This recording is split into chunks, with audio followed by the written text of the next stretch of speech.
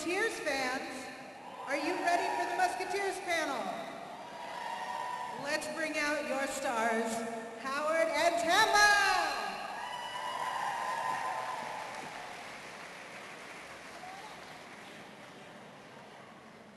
I guess they couldn't hear you.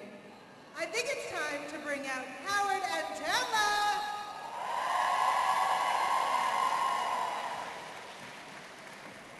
They heard you. They heard you. Come on, have a seat. You're here. Because we have a shortened panel, let's start queuing up. If you have questions, there are microphones on either side. We'll be going back and forth. So start queuing. That was a very warm welcome. Thank you very much. Now, I was out there signing some stuff earlier, and I heard a very big cheer in this auditorium. I don't know who it was for. Perhaps it was a Carla. But I think we should let the rest of the building know what a great and enlightening time we're about to have. So on 3, 1, 2, 3.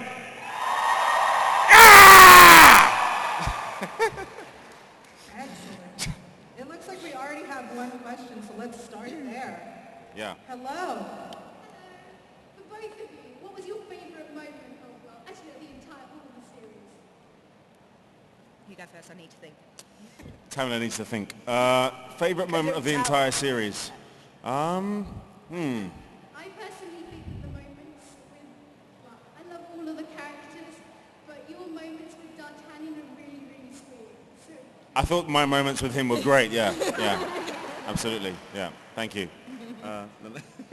No, I think my favourite moment was probably the first scene that I filmed, because it was just something so different. I've never done it before, and I was in a place I'd never been, this most beautiful location with these amazing people, and it was a scene in the first episode of Series 1 where Constance dresses up as a prostitute, and it was freezing, but it was a really sort of memorable moment. I think so. I'd probably pick that one. That was my favorite moment too, when Constance dresses as a prostitute. Yeah, loved suits it. her. Yeah, obs. Thank you for your question. Let's talk about this show, because Musketeers was such a beloved show, and you take a story that everyone knows and you turn it on its head and make it just so approachable to young audiences. Why do you think the show worked so well?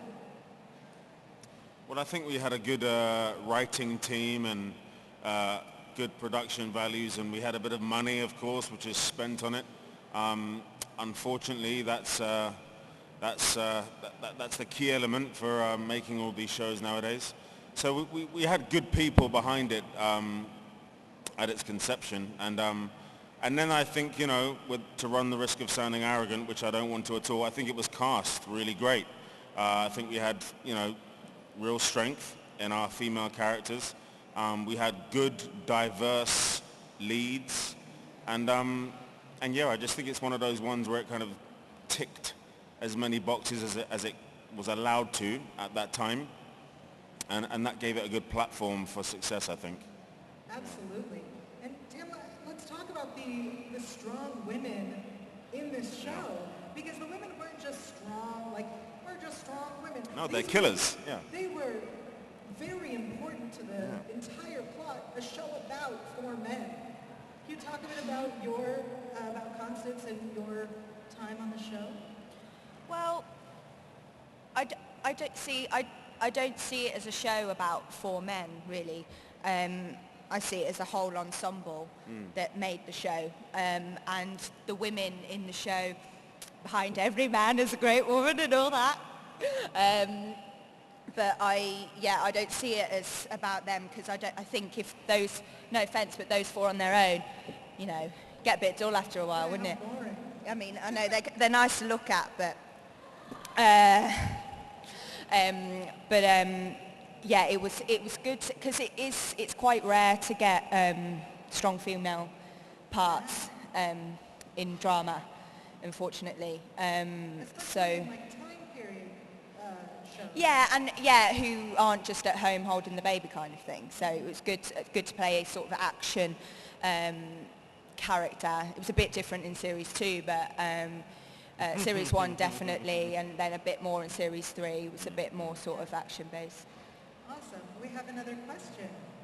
Hi. I was just wondering what you think what's your greatest challenge in playing your characters?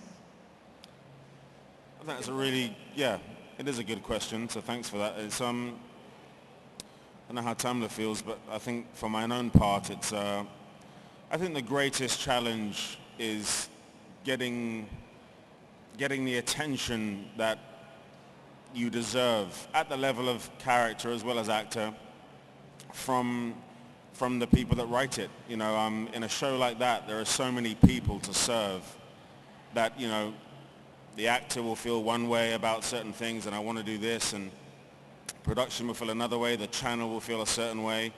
And I just think it's, you know, it's about trying to kind of keep everything in a fine balance, but it's a very complex juggling act, you know. And I know there were times when, you know, I felt like I could kind of do with a bit more, and fleshing out a character further, and I know that, you know, the fan base felt that way. And then equally, in my opinion, with the likes of Constance, you know, with Tamla here, there were times when it was clear that, you know, you need to give her a bit more to do in this because she's more than capable and has a really great skill set, and I can sit here and testify, you know, to that. And but it's just, you know, there are many more decisions made higher up for various reasons, much of which we probably don't know, which affect those kind of operations on the ground, as it were.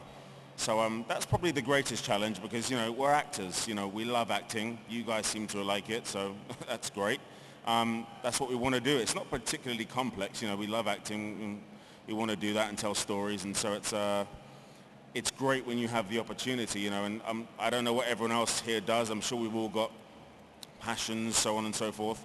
But you want the opportunity to get in deep with that passion, whatever it may be. I hope it's healthy. But you know, and then and once you get that opportunity, it creates something that we all call happiness, right? So it's all leaded to that. So yeah, that's the long version of the answer, but that's what I'd say. I don't know about you, but yeah. I think I enjoy theatre a lot, and I think the main challenge for me was one was getting used to filming a show like that, because I hadn't, and the time and the way in which it's filmed, in terms of it's not linear, and it's very, it's a different set of skills to try and stay in the moment and then repeat that moment over and over and over again. I think I found that the most challenging, and obviously the travel and dipping in and out, because obviously the guys were there for pretty much the whole time. It was like home from home, whereas we weren't in it as much, so we weren't there the whole time, so we'd fly in, we'd fly out, and I found that quite unsettling. So it's trying to get back into that world, and then you're coming out of it. So I think I found that the most challenging, because it was all very new to me at the start. So I'd say that really. Just a bit boring. Thank you. We're going to take it over here to the next question. I thought you You did can pull great. that mic on down. With all that stuff, by the way. Thank you. I'm just having a fucking... Hi. I was wondering from both of you what you think your characters' ultimate concerns were, and also what their fatal flaws were. Great question. Please go.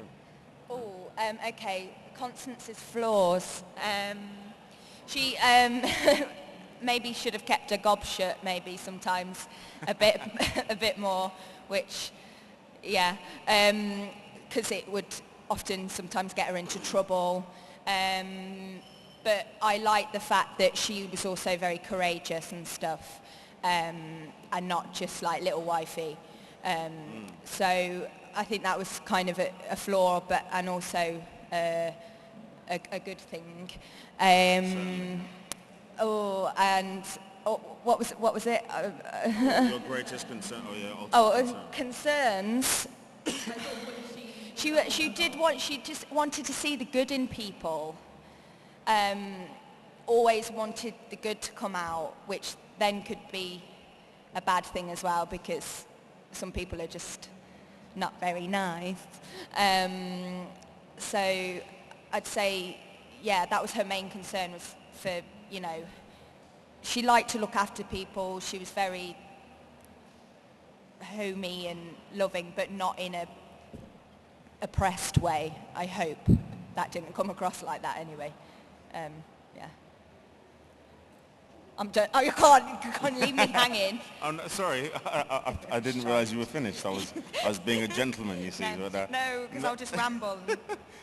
so there's this thing with growing up in a certain way, coming from darkness and then finding the light, okay? This was key to Porthos, and indeed there's something I could bring to the table. And the ultimate concern was Paris, was the people in Paris, and protecting those that cannot protect themselves. I mean, through my research I did, I used a book called The Black Count, written by a guy called Tom Rees. That was my Bible for Porthos, and I tried to get in as much as possible with the writers, and some of it I achieved, and some of it I didn't manage to convince them to do. But nonetheless, it was a key to Porthos to protect those that, as I said, that cannot protect themselves. And then flaws, you know, for an actor, flaws are a great thing, because that's where the juice is, you know, and that's where you find all the little, you know, nooks and crannies, and arguably the thing that makes them human. So we search for that stuff. Tamla or I, you know, we were trained at the same place with the same discipline, and you show us a perfect character and we'll say no. You know, you're looking for the ugly stuff. So, and we're all flawed. Everyone in this room is flawed. Some more than others, but you know. But yeah. So the flaw, I would say maybe wearing my heart on my sleeve so much, you know, as Porthos, if you could call it that, because it was my decisions were sometimes emotional. And, you know, it's one of those things of, you know, having a warrior that has a heart. But I think arguably that's what makes that person that much more interesting, you know. So, yeah, we would probably call it the flow stress rather than just the space stress. But yeah, so, yeah, that's what I would say. Thank you. Good question, thanks. Yeah, we'll take it over to this side. Hi. Spider-Man. Hi. Yeah. Peter Parker, actually. Is it Spider-Man? Peter Parker, he said. Peter Parker. Peter Parker. I watched. Right. Okay. No. I watched The Musketeers. It was a really good program. Watched it all the way through both series. But my question is more personal to you guys individually. It's just finding out the DC universe and the Marvel universe, who you'd actually want to be as heroes. Like who you wanted to be when you were growing up, what you grew up with, and what you look to for like in heroes or villains, if you really wanted to be one, you know. That's quite interesting, isn't it? Someone I was really impressed with recently in one of those, I think it was like Civil War, was Panther. Yeah. I was like, that is gangster, that's epic. This guy, you know, probably just like, I don't care. You know, all this guy, you know, the guy's like, hi, I'm so-and-so. He's like, I don't care. What's that from? In Civil War in Marvel. I was watching it on the plane on the way here. And I was like, this dude is gangster. You know what I mean? And then right at the end, like, you know, you know, the themes with, you know, the continent of Africa, I think it's great. And, you know, and as a brown man, that means there's space for me too, which is great. You know, because as much as I'll be great as Captain America, they ain't going to give me that part, you know. But I'd eat it up though, believe me. But anyway, yeah, I would say I kind of like the Panther. I've always been a fan of the Hulk. I think there are elements of Porthos actually which are kind of Hulk-ish, you know, that kind of just like, I don't know, man, you piss me off, you know. And it's, but anyway, yeah, I would say so. What do you think? Well, I didn't grow up like watching comic series and things like that. I like watch or reading them. or reading them. I watched Postman Pat and I watched Rosie and Jim. So I I want to be don't He-Man. really- yeah. I'm not saying I wanted to be Postman Pat or Rosie and Jim, but I loved Pingu, and I wanted to live in an igloo. But I'm not like, I enjoy like the Spider-Man films and things like that, but it is quite male dominated. And I'm looking forward to, like, I haven't seen Supergirl, but maybe I should watch that, and maybe, are they bringing out Wonder Woman? I don't know. Are they doing that again? Yeah, I mean, that would be cool, but I honestly, I can't, I didn't have like a sort of superhero. Where would you cast us? So we're sticking with Pingu. Yeah, Pingu's great. Where would you put us in the Marvel or DC universes? I think you hit the nail on the head with Panther with yourself. Thank you. Thank you. And Tam here? Sorry, go on. Where would you put Tamla? I'd probably go with Marvel Universe side, probably with like either Black Cat or something like that. What's You hear Black that? Cat? You see, you I got to don't know what got to it do your research. is. Got to, that guy just gave you your career, man. Okay. Well, on Right. the bright side, we're at a convention, and I feel like there are comic books here that you can read. I know, and I'm really I sorry. have a feeling those do exist here. There you go. Thank you for your question. We have someone over here. Hi. You guys film like a lot of action scenes with like loads of fighting and stuff, and Yeah. visually they're really stunning. But whenever I watch it, I kind of just wonder how exhausting it is to film, or how difficult it is with all the effects and stuff. I'll go first on this because I've probably done a bit more of it, but although Tamla was incredible, particularly in that last season. You know what? It's not as exhausting as you think, just because the juice is worth the squeeze, you know? And it's just, yeah, it's what we do. And it's like asking a footballer or, I don't know, any type of athlete, you know, is it tiring doing what you're doing? It's like, yeah, but I love it. So you focus on that rather than the kind of, well, I don't want to say negative aspect, but, you know, you don't focus on the tiredness kind of thing. And but yeah, so it's but the fight sequences are like learning a language in a way, you know.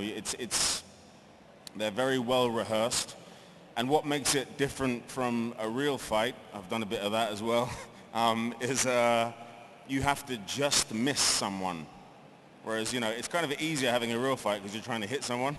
When you've just got to miss them, it's much more difficult, and occasionally, you know, you fail and someone gets knocked out.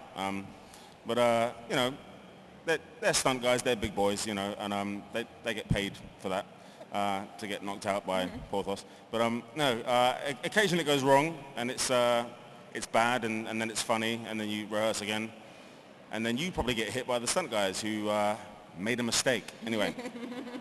So anyway. What training did you guys do? A lot. They're very, very, very well rehearsed, and it's like going back to the kind of language element of learning how to fight on screen or on stage, for that matter, is just like learning just go through broadly how to learn a language, if you like, but it's that thing of you kind of got to learn, you know, your consonants and your vowel sounds, you know, and then you can start putting words together, you know, then you're forming sentences, and before you know it, you're having a conversation. So it's similar to, anyone can do it, you know. You just require diligent teachers, and Steve Streak Griffin, as they call him, our stunt coordinator, was, he was the man. And all our Czech stunt team from Merlet, Merlet, fantastic guys. These are real life Musketeers. And solid in every single way, hearts of gold. So we had great teachers. So as much as we all did good work, we owe them a lot for that. Yeah. Thank you so much. Pleasure. Oh, sorry, I thought you were saying that. I was saying thank you. Yeah. to Thank our- you anyway. Yeah. Yes. We have another question over here. Hi, I wanted to say thank you so much for your dedication to theatre. I was going to ask, which out of all of the characters you've played have been your favourites and least favourites, and why? That's tough. Wow. Long question. Character-wise, I just recently did a theatre job in Bath, and I played a character called Mabel Crumb, and she was so fun to play, but a lot more than a tart with a heart, a lot more going on for her than that. But it was the whole experience, I think, of the company I was with, the place I was at, the director. Least favourite, I don't have, because every character is great in their own way. Your character is great. The production may not be the best.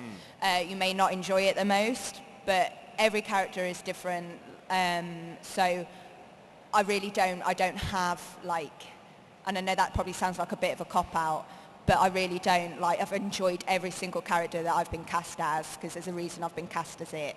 And it'll be the things that go with it that won't be as good, or didn't feel as good, or do you know what I mean? Yeah. I think. I think I definitely concur with that last part from Tam. It's more kind of the productions you kind of didn't like rather than the characters are great, you know.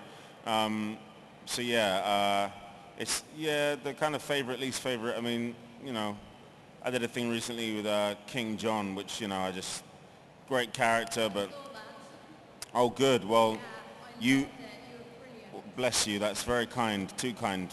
But you know, it was a flawed production, and it was just very tough to kind of just tell the story. And like we said before, we just want to be allowed to just tell the story, but often there's, you know, other things going on. But so no, it's you know, to keep it kind of in this arena, if you like, God, playing Porthos is, you know, an absolute gift, you know, and having the likes of, you know, the other guys, you know, Tam, the girls, you know, and the guest leads that we had come on and share with us their, you know, wisdom and expertise, and then show us what they do, and just soak that up, you know what I mean, and just absorb it, and learn and get better and evolve. That's all you can do. You know, we're all going to have trials, tribulations, and be tested. It's a good thing.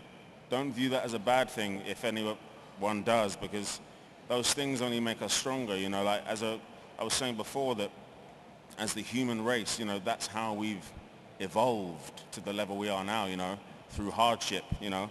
Something is hard, we got to find a solution, and then we grow. It's, you know, it sounds easier said than done, but then everything is easier said than done, as I was saying before. And, you know, you just got to focus on moving forward and getting stronger. And that's probably why, I mean, Tamla and I are similar in that sense of just not focusing on that kind of negative element, you know. That's there. You get that for free. You know, the stuff you got to work for is the stuff which is harder to come by, and that's probably positivity. So, yeah. Hope that answers your question. Thank you. We'll take it over here now. Before you started shooting, did you actually know how to horse ride?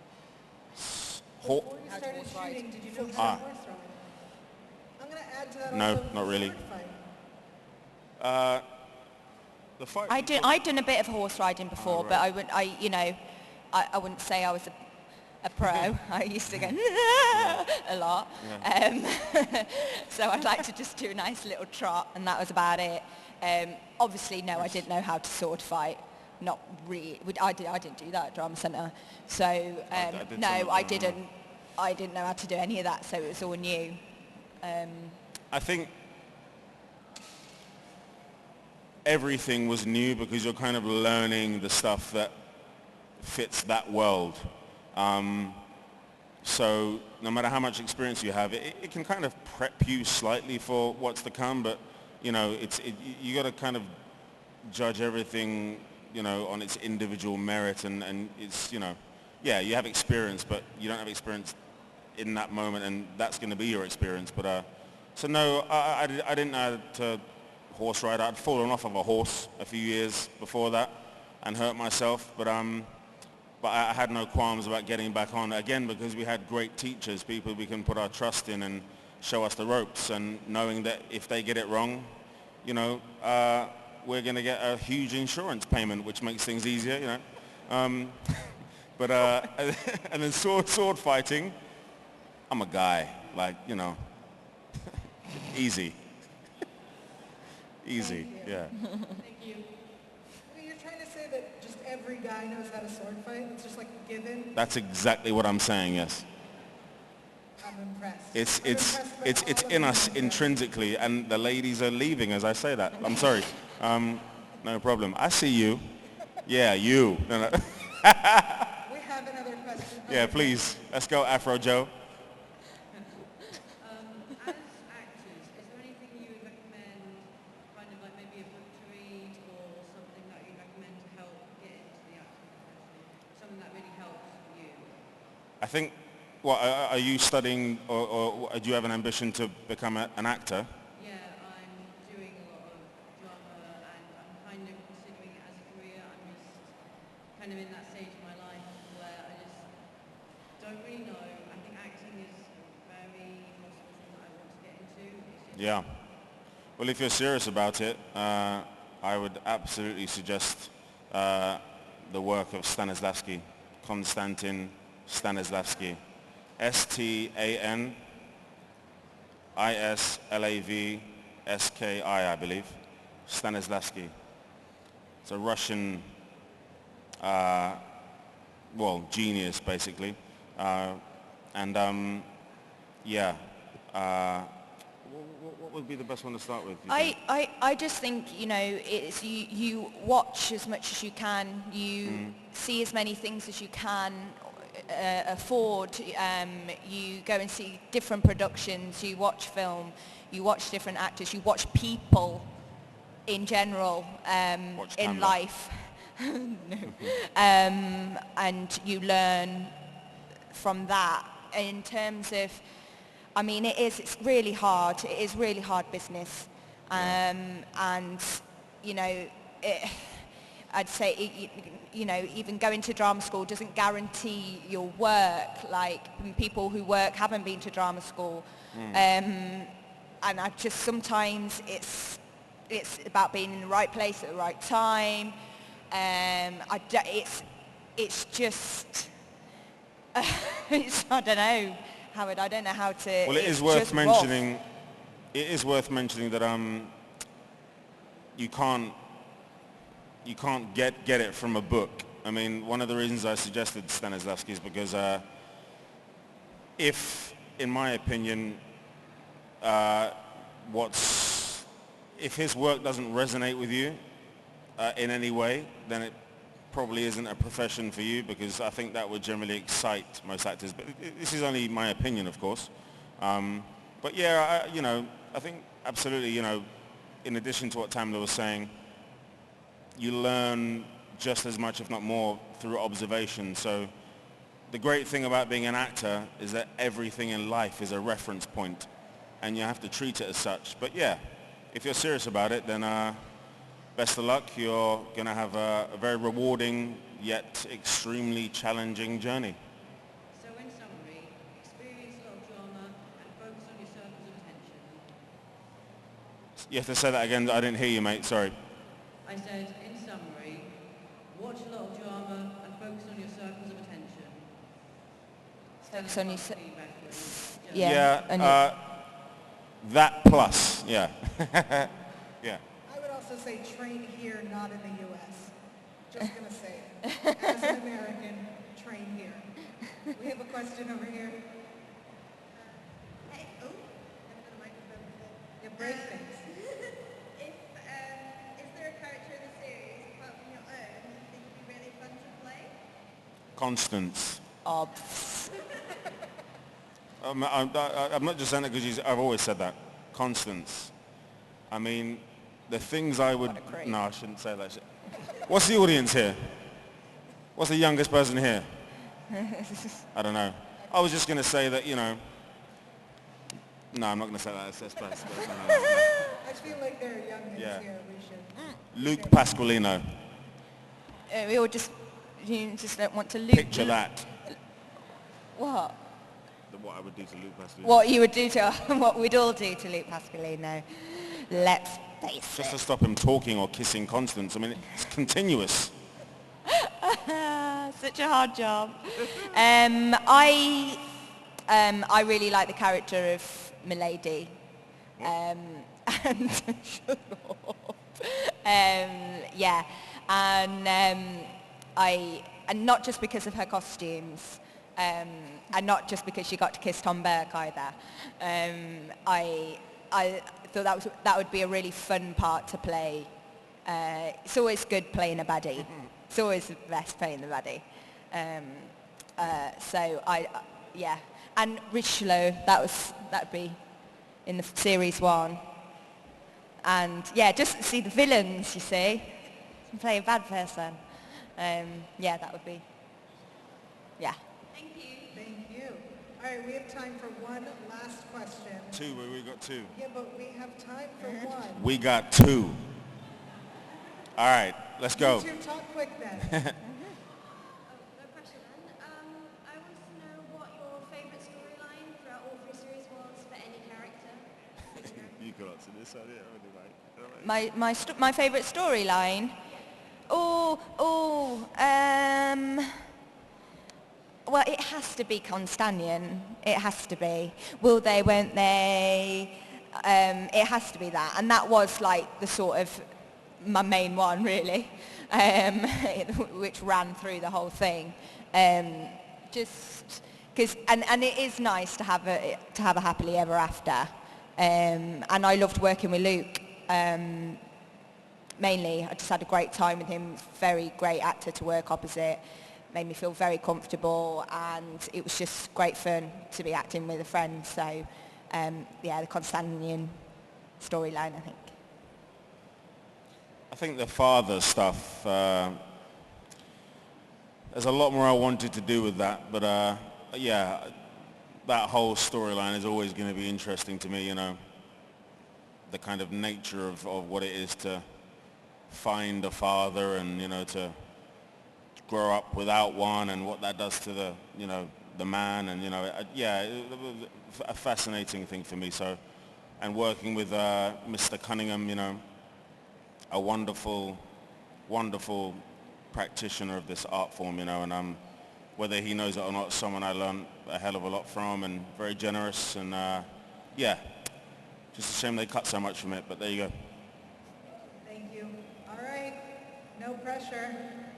The Musketeers has a beautiful soundtrack, so I was just wondering how you think the music lends itself to the show, or how I'm so sorry. Just speak up just a tiny bit.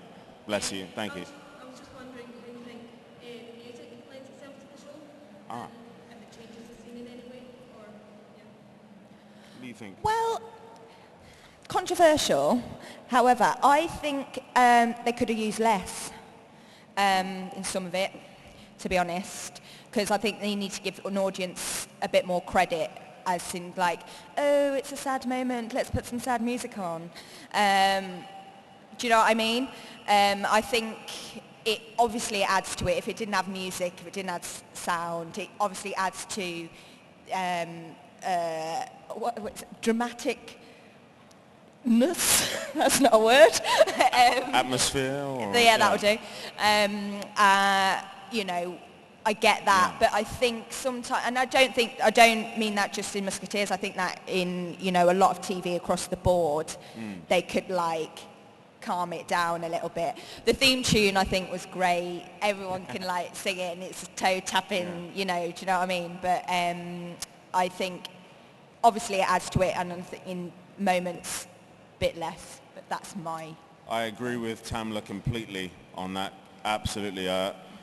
When we first see the final cut before it goes out on television, it doesn't have all the music on it yet because that hasn't quite been done. And the main complaint, if you like, from the principal cast once it goes out is always, what the hell have they done that for and put all that music, you know, but because I agree with, you know, like I said, I agree with Tamla that it's you guys, you're not stupid, you know. If someone is going through the worst day in their life, it's kind of clear, and the actors are good enough to express that. So, but it's one of those things that, you know, it's a decision made by people that, you know, just don't have very good taste. So, yeah. Thank you. Thank you everyone so much. Please make sure you check your programs to see when they are signing and taking photos. Thank you so much to the cast of the Musketeers. I'm Yael Tygiel. Thank you. Cool, man.